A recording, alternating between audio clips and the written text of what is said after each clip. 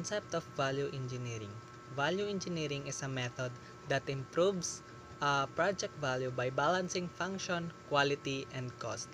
It is not just about cutting expenses, but about getting the best result at the lowest cost without losing safety or performance.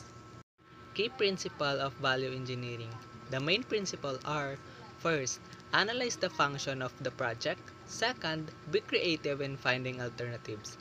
Third, evaluate the option to choose the best one. And last, implement the value solution that gives high value at low cost. Benefits in civil engineering. In civil engineering, value engineering reduces construction cost, improves safety, increases efficiency, prevent errors, and support sustainable and smart building design.